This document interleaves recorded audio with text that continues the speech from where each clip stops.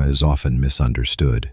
It is imagined as a cosmic force that delivers punishment and reward in dramatic moments, a kind of divine accounting system. But true karma is far more subtle, more patient, and far more intimate. It doesn't crash into your life with thunder. It arrives quietly through repetition, discomfort, exhaustion, and the slow unraveling of everything that isn't real. The Stoics understood this well. They didn't speak of karma in mystical terms, but they knew its essence, that every action, every choice, and every belief sets into motion a pattern, and patterns, when left unchecked, become destiny.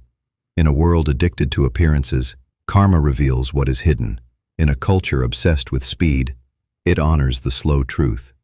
And in lives full of noise, karma brings the echo of what we refuse to face. Today, we explore 5 powerful signs that karma is already at work in someone's life, not as punishment, but as a profound invitation. Let this not be a diagnosis of others, but a mirror held up to ourselves, because what we fail to learn, we are destined to repeat. 1. Repetition of pain. The unlearned lesson. One of the clearest signs that karma is active is not disaster, it's déjà vu. When someone finds themselves facing the same heartbreak, betrayal, burnout, or breakdown again and again, it is rarely coincidence. The Stoics believed that what resists our control demands our attention. Marcus Aurelius wrote, "The impediment to action advances action. What stands in the way becomes the way." Repetition is the language of life when growth has stalled.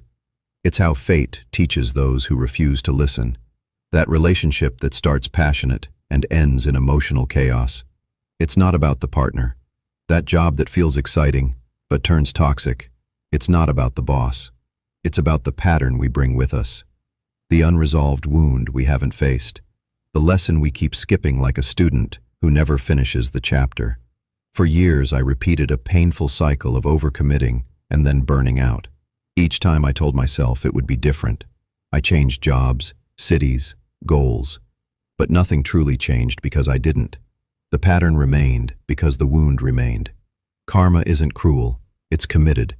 It will keep handing you the same lesson in a different outfit until you finally sit down and understand the curriculum. It is the soul's teacher, and no student graduates by skipping class. The illusion of progress, when motion isn't movement. Another sign karma is unfolding in someone's life is the seductive illusion of momentum. This is the person who is always launching something new, a business, a relationship, a transformation.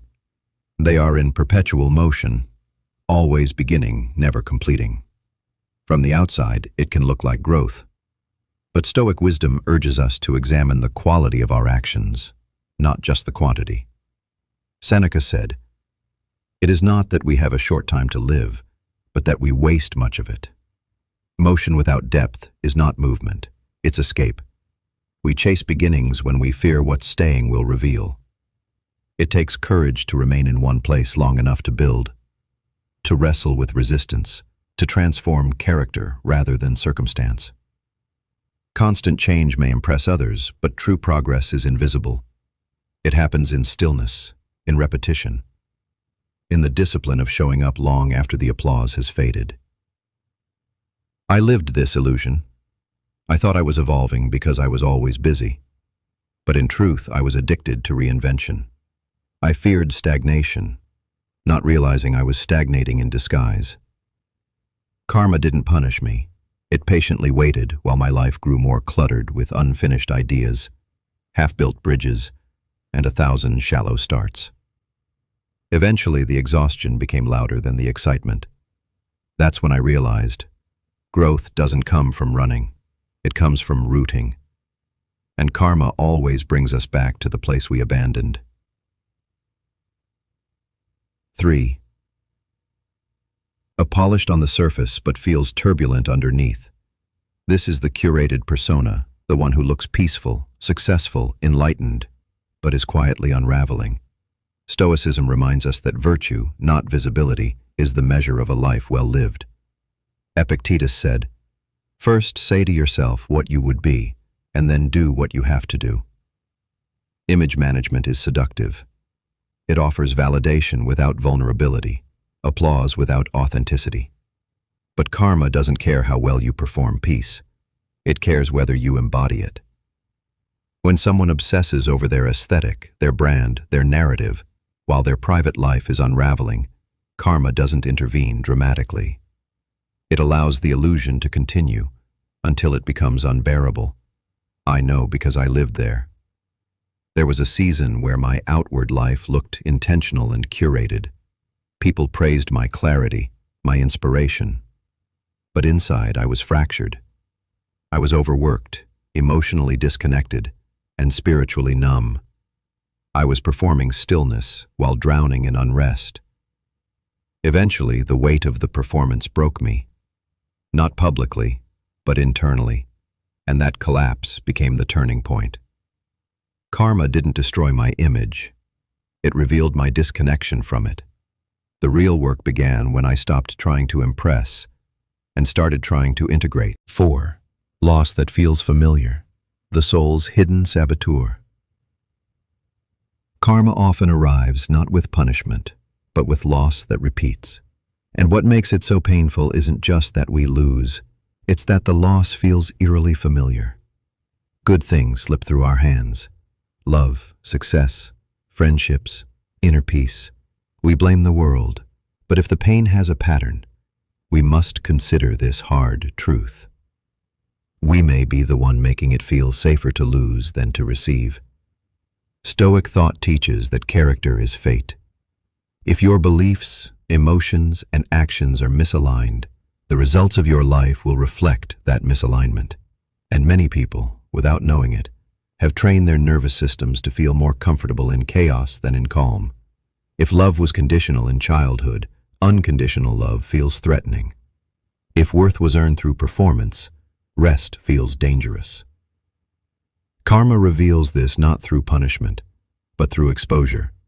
I had to face this when, in a season of abundance, I began to sabotage everything good. Not intentionally, but slowly, with overthinking, avoidance, perfectionism. The fear wasn't failure. The fear was having. Because having required me to change, to mature, to expand beyond the version of me that was built for survival. Karma took nothing from me. It simply stopped me from keeping what I hadn't yet become ready to hold. It was an invitation to become someone whose inner world could sustain what their outer world had started to attract.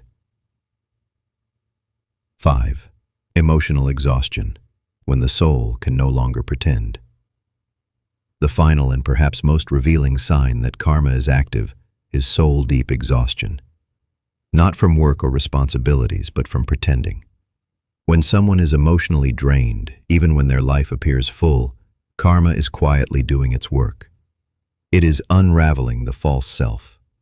The Stoics believed that inner peace comes from alignment with nature, with truth, with virtue. Living outside of that alignment is not only unwise, it is unsustainable. Pretending is the most exhausting labor there is. Pretending to be healed, pretending to be happy, pretending to have answers. And eventually, the spirit collapses under the weight of inauthenticity. This is karma's most merciful move. It lets the mask grow too heavy to wear. It doesn't expose you to the world. It exposes you to yourself. I remember the night I finally broke. Not because something went wrong, but because everything looked right and still felt wrong. I had achieved the goals.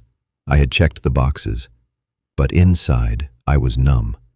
That emptiness wasn't failure. It was karma's whisper. You've built a life around who you think you should be. Now build one around who you are. It was a soul invitation to surrender the illusion and return to essence. And the moment I began that journey, the exhaustion began to lift. Conclusion. Karma isn't watching. It's reflecting. Karma is not a divine punishment. It is a mirror. It doesn't crash into your world to hurt you. It appears gently, persistently, in every repeated emotion, in every collapsed effort, in every relationship that reopens an old wound. Karma doesn't demand vengeance. It demands truth. And the Stoics knew that truth is the beginning of all healing.